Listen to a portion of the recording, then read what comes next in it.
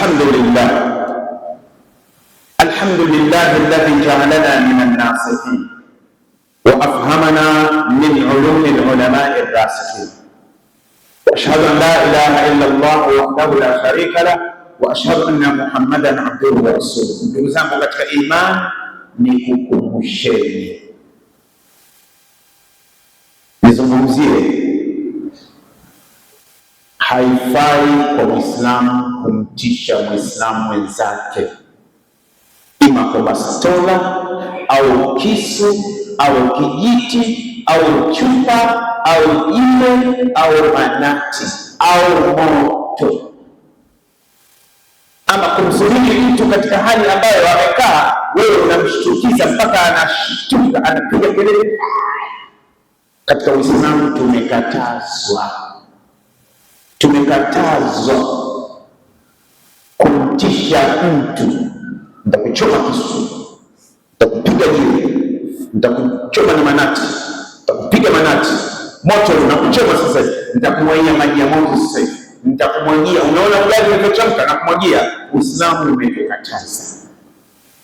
Ukienda katika Riyadhus Salihin, kitabu cha Imam Nawawi, Abu Zakaria Yahya ibn Sharaf an-Nawawi ad-Dimashqi ash-Shafi'i rahimahullah, kuna kitabu chake kinaitwa Riyadhus Salihin, yani mlango wa 357.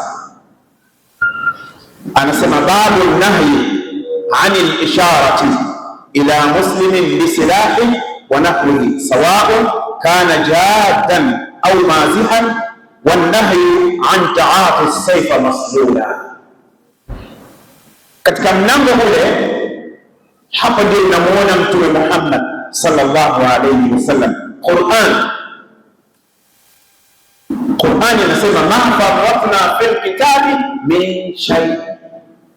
Qur'an inasema, Allah anasema sijaacha chochote katika Qur'an. Ma farratna fil kitab, yani al-Qur'an, yani ma tarakna fil, yani katika Qur'an hakuna kilichoachwa. Min shay, shay'in ni nakira, wa nakira tufidu al-umum, yani chochote kile kinachohusu wanadamu, majini, wanadamu, hali ya dunia, maisha yao, Qur'an imeeleza.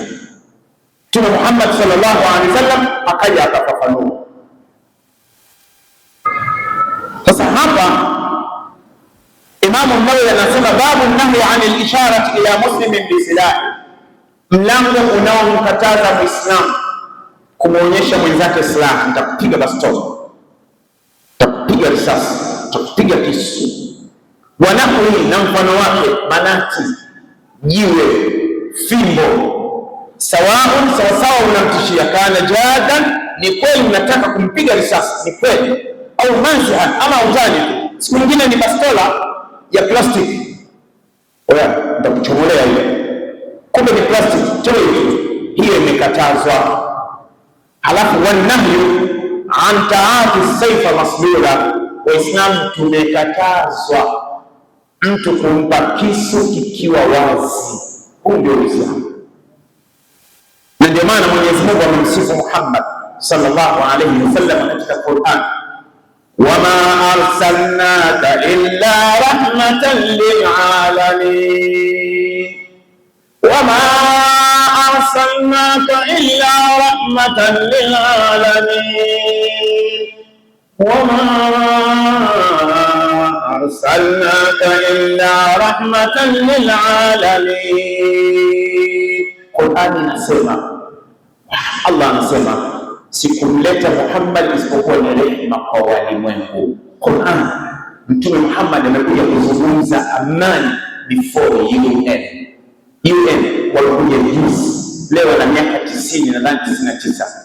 UN, Umoja wa Mataifa, umeanzishwa mwaka 1945 katika mji wa San Francisco, jiji ambalo San Francisco mwaka 1940, 41, 42, 43, 44 mpaka 45 mpaka kuendelea, San Francisco wanaume walikuwa mapapai. Wanaume walikuwa mapapai katika jiji la San Francisco. na hao wazungu nataka muwafanye muwasikilize kila kitu, walete upuuzi wao, walete ujinga wao. San Francisco, jiji la mashoga, mwaka 1944-45 hiyo inaanzishwa Rasulullah tayari. Leo miaka 1448 UN ina miaka 99. Juzi tu mwaka 1945 watatambia nini? Nani anaweza akasema ana haki za binadamu duniani? Demokrasia, nani ana demokrasia Ulaya? Ulaya hakuna demokrasia, ni wababaishaji, wauaji, mavali, ni mashoga. Naomba mwatafsirie. Sihitaji kwenda Ulaya mimi, sihitaji, nitakaa Tandale kwa Mtogole, lakini United States sitaki kwenda. Unakaa na mabasha, unakaa na mashoga. Hao ndio wanataka kuleta upumbavu hapo in this country. Nazungumza mimi kama msagaji, mara nyingi na kariri, popote utakapokuwa in this world my friend, chukua hiyo. Nasema Watanzania, kiongozi yeyote wa nchi ama wa chama chochote ama haki za binadamu atakayetetea kwamba ni haki za binadamu, huyu kwanza apelekwe katika shamba la manyani, waende wakamjaribu kwanza. Mungu awalani hawa. Sasa tumekataza. Mtume amezungumza vitu vyote vya amani. Sikiliza Mtume sallallahu alaihi wasallam. An Abi Hurairah radhiyallahu anhu, imesimuliwa hadithi na Abu Hurairah qala, Mtume anasema la yukil ahadukum ila akhihi bisilah. Mtume Muhammad, asithubutu mmoja wenu kumtishia mwenzake silaha. Nitakuchoma, nitakupiga risasi, nitakupiga mkuki, nitakupiga kisu. Asithubutu. Mtume akasema fa innahu, huyu anayemtishia mwenzake, la yadri hayu laalla shaytan yanzi'u fi yadi, shaytani anaweza akamponyokesha kile, yani kusudi bahati mbaya akabonyeza kwenye sehemu ikatoka risasi. Mtume akasema fayaqa fi hufratin minan nar, akaingia katika shimo la moto, kwa sababu umeua lazima uende motoni. Rawahu al-Bukhari. Wa fi riwayatin li Muslim, katika riwaya nyingine Mtume akasema man ashara ila akhihi bihadidatin, atakayemtishia mwenzake kwa chuma. Umekamata chuma huko garage, sawa, huko garage ama huko showroom, kwambia wewe, unaona spana, usiponiletea hela yangu siku nyingine ni mtani, oya, usiponipa hela yangu nakuchana nayo, sawa. Mtume akasema, akamtishia kwa chuma, fa innal malaikata tal'anuhu, huyu anayemtishia mwenzake kwa silaha au chuma, malaika wanamlani. Hata wa in kana akhahu li abihi wa ummi, hata kama ni ndugu yake kwa baba na mama, malaika wanamlani. Rawahu al-Bukhari fi sahih kitab al-fitan, babu qawli an-nabi sallallahu alayhi wa sallam man ashara alaina bis-silah falaysa minna, hadithi ya 2021. Wa Muslim fi kitab al-birr babu nahy an al-isharati ila Muslim, hadithi ya 2617. Hiyo ni hadithi ya kwanza. Tunakatazwa kumtishia mwenzako kwa silaha. Ndio Uislamu, ndio Uislamu. Tumsikie Mtume sallallahu alaihi wasallam, hadithi ya pili. Wa an Jabir radhiyallahu anhu, Jabir sahaba anasema naha Rasulullah sallallahu alaihi wasallam, Mtume amekataza an yutaafa sayfu masluda, kumpa kisu mwenzako hali ya kuwa kipo wazi.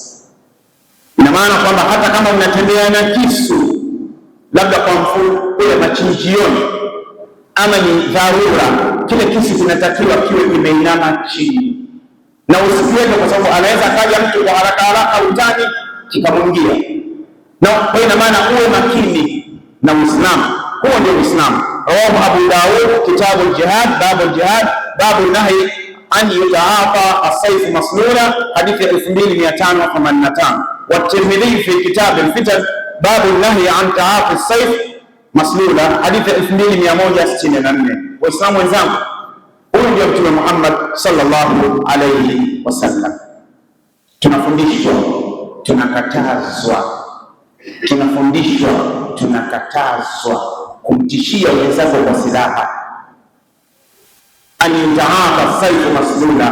Na hapa ndipo ninapotaka kuwashauri wale wanaouza visu mabarabarani, katika magari. Siku nyingine katika traffic lights utakuta wanatembeza mapanga namna hii, na siku nyingine Kariakoo wanatembea oya, akichungulia tu naye oya, akisogea tu mtoboa. Si walazimishi watu wa usalama, lakini mimi kama sheikh natoa ushauri kwa watu wa usalama. Hawa wanatafuta riziki zao, wapewe ushauri, na watu wa manispaa wawe sehemu maalum ya kuuza visu. Ni hatari. Siku nyingine upanga ule unakuja unatembeza kwenye kioo cha gari, kwenye daladala. Sasa kama jamaa anakuja na kisu, ameshapiga skanka, kapiga skanka mwanangu ile la Jordan la South Africa, ama amepiga skanka la kutoka Mexico au kutoka Tobago, kapiga bangi, ama amepiga oxygen, ama amepiga uji wa bibi au sungura, inakuwaje? Unaweza kusema hebu jaribu hii kali sana. Hatari. Tumekatazwa. Naomba ichukuliwe. Hadithi nyingine, Mtume sallallahu alaihi wasallam, naha Rasulullah sallallahu alaihi wasallam an tarwi'i muslim, amekataza Muislamu kumhofisha Muislamu au mtu mwingine. Yani unamshtua mtu anashtuka, yani mtu anashtuka, Mungu wangu. Kuna wengine wana maradhi majumbani, wengine wana maradhi. Na hapa ndipo nataka kuwashauri watu wa bodaboda wote, na waomba watu wa usalama, na wabembeleza watu wa usalama. Kuna madude yamewekwa na bodaboda kwenye exhaust, yanalia kama bastola. It's not a good, it's not right, sio sahihi. One day inaweza likatokea jambo mkadhani bodaboda hao, kumbe walishaharibu mazingira. Kuna madude yanalia kama bastola, wengine yanalia kama mizinga, just here aweze kuenjoy tu. Siku nyingine yanapasuka. Bodaboda hajali maisha, kwa sababu bodaboda ni maskini, jumlisha maskini unapata maskini square. Akiumia bodaboda, hata muda wa kujitibu kwa wiki moja hana uwezo huo. Na bodaboda mwenye familia akiumia, na familia imeumia, lakini hawasikii, hawajali. Mimi wanajiuliza, hivi mtu anapokuwa anaendesha bodaboda anakuwa na akili? Wanasema petroli ndio inamtia kichwa vile. Sio kweli hizo kamba, sio kweli. Kwa hiyo nazungumza na vijana wa bodaboda. Kuna vijiwe wananijua, Kariakoo wananijua, Mkojuni wananijua, wote Chawangwa.